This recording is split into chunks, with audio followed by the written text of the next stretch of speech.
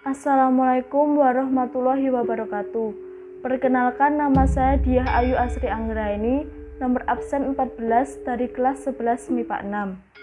Puputan Jagaraga. Puputan Jagaraga adalah perlawanan kerajaan Buleleng terhadap pasukan Belanda pada tahun 1846 hingga tahun 1849. Perang ini dilakukan oleh Patih Jelantik bersama dengan rakyat Buleleng Bali. Puputan Jagaraga disebabkan oleh ketidaktaatan Raja Buleleng I Gusti Ngurah Made Karangasem dan Mahapati I Gusti Ketut Jelantik pada perjanjian damai kekalahan Perang Buleleng pada tahun 1846. Belanda memasuki Pulau Bali pada abad ke-19 dengan niat untuk melakukan penjajahan. Salah satu hal yang melatar belakangi Puputan Jagaraga adalah adanya adat Tawan Karang. Tawan Karang adalah hak istimewa yang dimiliki Raja-Raja Bali untuk menyita kapal-kapal yang terdampar di wilayah perairan kerajaan mereka lengkap beserta seluruh muatannya. Hukum tersebut sudah ada sejak zaman Bali kuno hingga zaman Puputan Badung pada tahun 1906. Adanya Tawan Karang ini menyebabkan keselamatan harta benda dan awak kapal Belanda menjadi terancam. Pada tahun 1843, Belanda mengadakan perjanjian dengan beberapa kerajaan di Bali untuk menghapus adat Tawan Karang. Sebab dengan adanya Tawan Karang dapat mengancam keselamatan harta benda dan awak kapal Belanda. Setahun setelah itu terjadi peristiwa perampasan terhadap kapal-kapal Belanda di pantai Sangsit atau Buleleng bagian timur. Belanda mengutus asisten residen Banyuwangi bernama Raffia de Liegnitz ke Bali untuk bernegosiasi. Belanda menuntut dilepaskannya kapal-kapal tersebut yang kemudian ditolak oleh kerajaan Buleleng. Penolakan itu kemudian dijadikan alasan Belanda untuk menyerang Buleleng. Pada tahun 1846, perang meletus dengan kedatangan pasukan perang Belanda ke Buleleng. Pasukan perang ini terdiri atas pasukan gabungan Batavia dan Surabaya yang berjumlah 1.700 orang dan 400 orang tentara Eropa.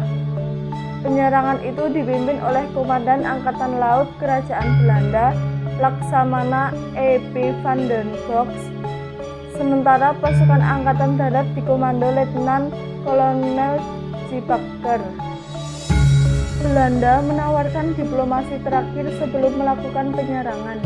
Patih Kerajaan Buleleng I Gusti Ketut Jelantik dituntut untuk meminta maaf dan mengganti rugi kapal-kapal Belanda yang dirampas.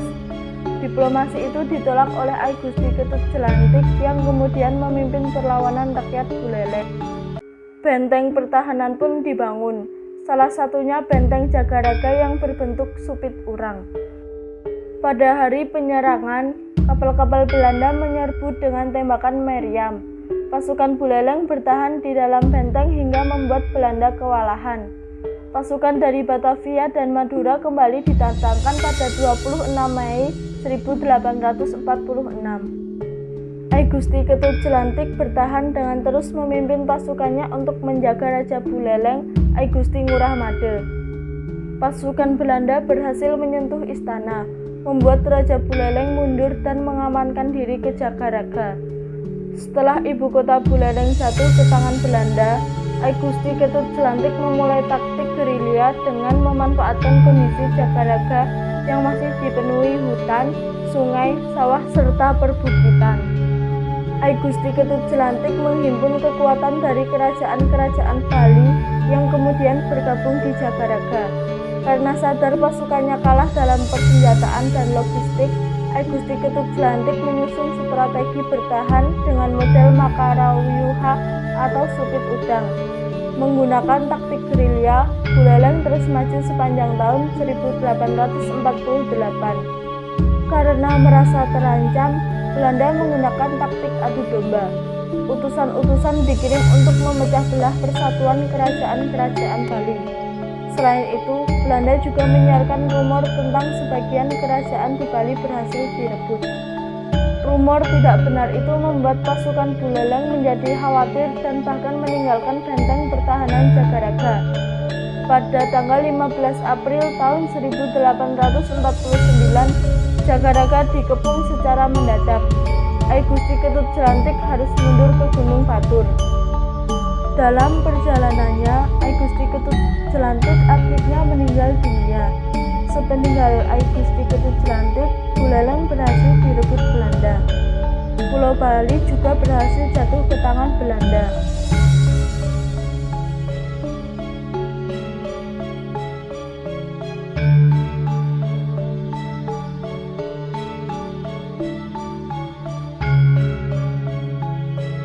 Kerajaan-kerajaan Bali menjadi tunduk dengan Belanda. Dari segi ekonomi, Belanda juga menguasai monopoli perdagangan di Bali. Selain itu, adat Sute dalam tradisi Ngaben juga dihapus.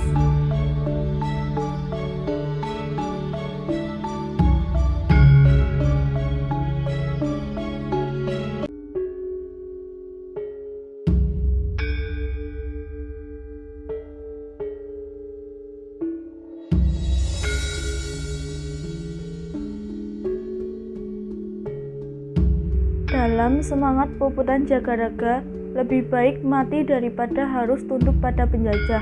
Maka Patih Jelantik pun berperang hingga pada titik darah penghabisan.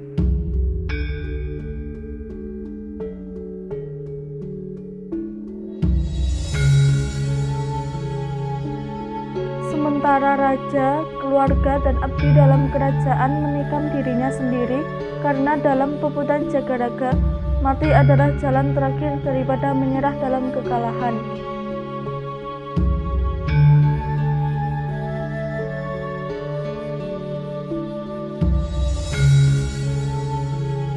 Seperti sumpah yang diucapkan oleh Patih Jelantik, selama aku hidup, aku tidak akan mengakui kekuasaan Belanda di negeri ini.